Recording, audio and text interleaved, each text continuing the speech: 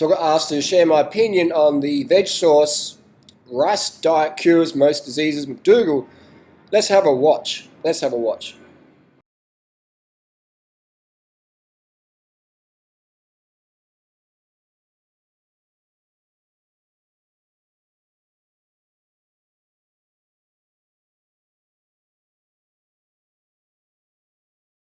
Kepner diet is a diet of rice. They use white rice and fruit and fruit juice and sugar, table sugar. They had to give table sugar to cut the nutrient content of the rice. You see, rice has so much protein in it that it would burden failing kidneys and failing livers.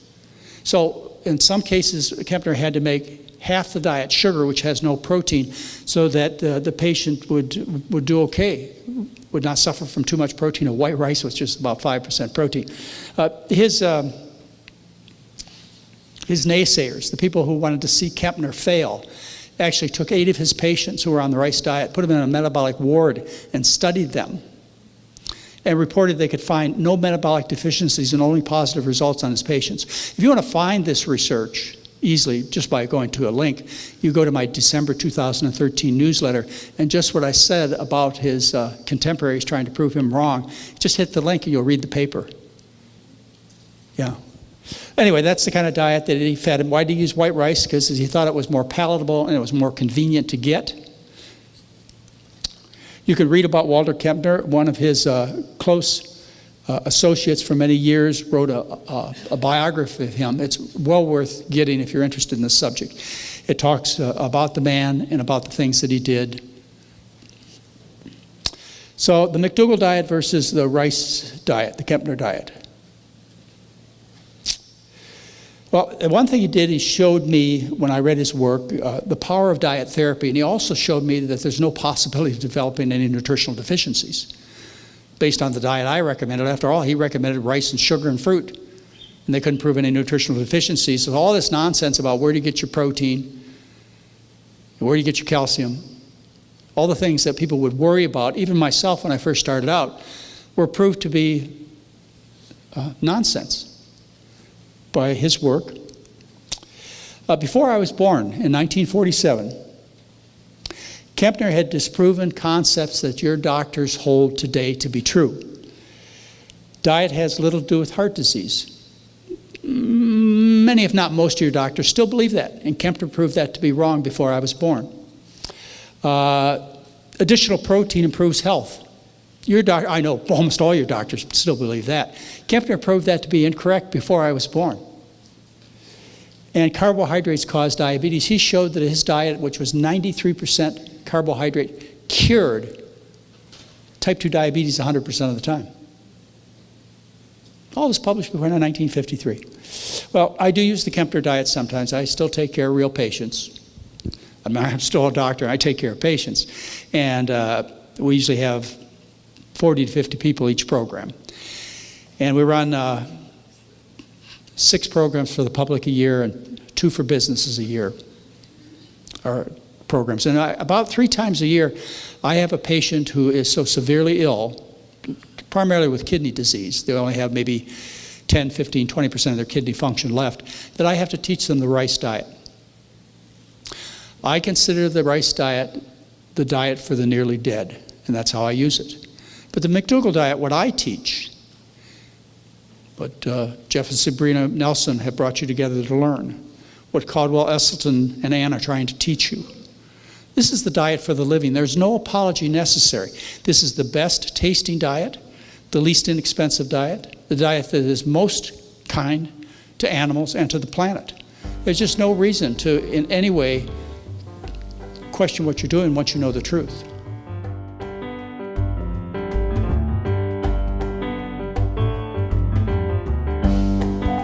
I was aware of the Kepner diet back in. That was a good video, wasn't it? Good on Jeff for putting that on.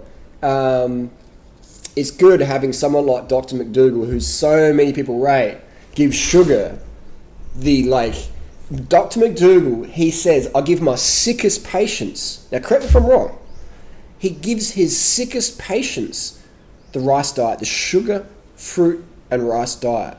The sickest people get to eat the most sugar and they get the best results. 100% type 2 diabetes cure, according to what McDougalls said and Kempner. That is pretty interesting stuff, and that flies in the face of all the idiots on the internet who say don't eat sugar. McDougal wouldn't recommend sugar, but McDougal just recommended that then. And he got that from Kempner.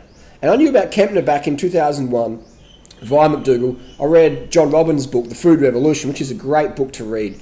Doesn't talk that much about what to eat. It's just more about the concept of veganism and plants and just everything, the animals, the planet, society, etc. Great book. And I don't really rate John Robbins as much as a person, but as an author, good stuff. The rice diet is pretty much what I've been eating. Rice. I'm just a fucking rice addict. I'm a fruit addict. And if you haven't already picked up, I'm a sugar addict. And rice is sugar, fruit is sugar, sugar is sugar. Potatoes are sugar, carrots are sugar. Beetroots are sugar. Sugar, sugar, sugar.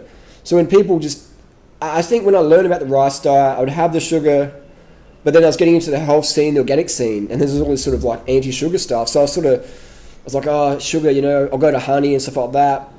And I was like, well, I'm vegan, can't do that. So I'd go to molasses and stuff. Like, oh, that's refined sugar. And so then I got into fruit, and I'm like, oh, this is the best. This is not the healthiest. And it is. But to get ripe fruit all the time is very, very difficult. Like quality fruit. Now, there's so many idiots out there go, this is fruit's quality. Like high bricks value, like 25 bricks value fruit. That is rare as fuck. It doesn't matter how much money you got. 25 bricks value fruit. When you eat that, you literally you have to sit down. If I give you a 25 bricks value apricot, you'll stop. When someone is on their fucking phone and they're eating a piece of fruit like that fruit's shit. If you're on your apple, eating an apple, and looking at your screen, that's shit fruit. The best, where you'd be like, whoa, you put down this apple and you look at this apple, you're and you want to share it with someone, or you want to fuck, this is good, I'm going to hide it.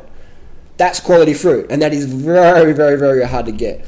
And unless you're an experienced fruit eater, I've been into the fruit lifestyle, raw food since 2001, 2002. I remember that raw food book, 2001 vegan, April.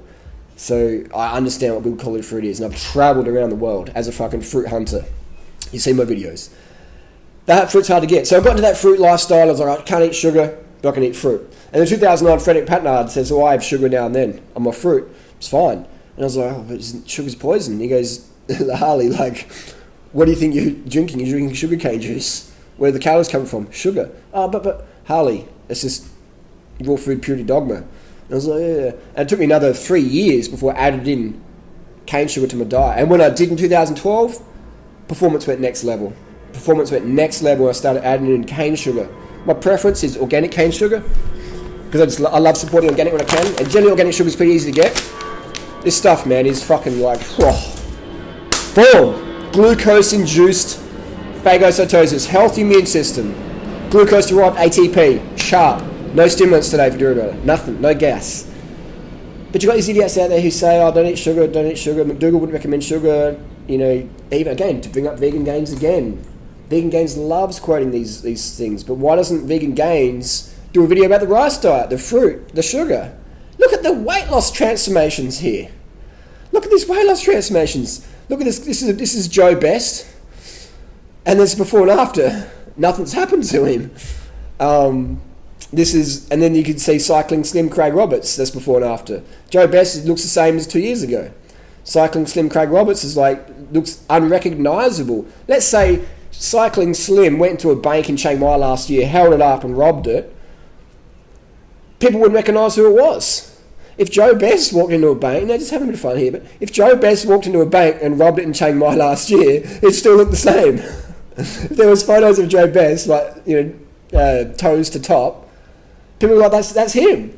If it was a toes to top photo of Craig Roberts, robbed a bank in July 2015 Chiang Mai, people were like, that's not him. This guy's 50 kilos extra. You know what I mean? So that's what we're talking about. People who take action, get it fucking done, and people who yap about it. So the rice, the sugar, and the fruit are the best fucking foods for health. They are the best foods for sugar metabolism and the best foods for getting energy done. And these people on the Kempner diet were sick. They're not athletes. They were too sick to train. But just by changing their diet, and putting them on a massive amount of sugar, 525 grams of carbs is a lot of carbs for someone who's like laying in bed or sitting around. To eat that, to stomach that, that's a lot of work. So these people carb the fuck up and then slim the fuck down. Now, I haven't talked to McDougal about this. I've talked to him a few times, but nothing in detail. I suspect that McDougal doesn't want to promote the sugar thing because we live in such a fucking phobic society. If McDougal made this more public, if he changed his book from the starch solution to the sugar solution, it'd be too much of a jump. Even though all the science is there proving that the high sugar, the rice diet, the fruit diet, raw till 4, Kempner diet, carb the fuck up diet, whatever you call it, what we do, what I do, what Freely did to lose 20 kilos and keep it off and have energy, what everyone else does, everyone else eats the same as us, man. Varying amounts. We give templates. People say you do a lot of Ks or you eat a lot of food. Like, give me some numbers. I provide 10 grams of, the template I provide people, 10 grams of carbs per kilo body weight per day. Go up or down from there. That's like a baseline. You go, oh, that's too much food. I can't stomach that. Okay, drop it down a little bit. Oh, that's not enough food. I need more. Okay, bring it up a little bit. That's a template. So people, it's like you go into let me go into a, Harley, set the shower for me. Set the shower temperature for me. I'm like, okay, I'm going to give you something. You might get in the shower and go, oh, this is good. You might go, oh, this is too cold. Oh, fuck, that's too hot, man. But at least I'm setting it for you. I'm giving you some guidance. So all these people they're just fucking haters, man. Just fucking haters. And I don't hate them, but they're just fucking ungrateful fucking haters who say, oh, this doesn't work or whatever. But if you actually do what I say, you get the results. And you've got to be patient and do long term, all right? If you've got a weight issue, don't eat fucking any oil. And eat as little protein as possible. Simple as that. In my opinion and in my experience. I see people all the time, oh, gain weight. And I'm like, look at what you're eating, man. Vegan donuts aren't fucking weight loss food. Yes, we eat them. I eat them, man, but I'm like 3.9% body fat. I can get away with it. Fat-wise, it's not healthy. But I'm not looking to, I'm not looking to lose any weight, man. I'm already like, fucking, you know what I mean? Like, it looks weird how lean I am.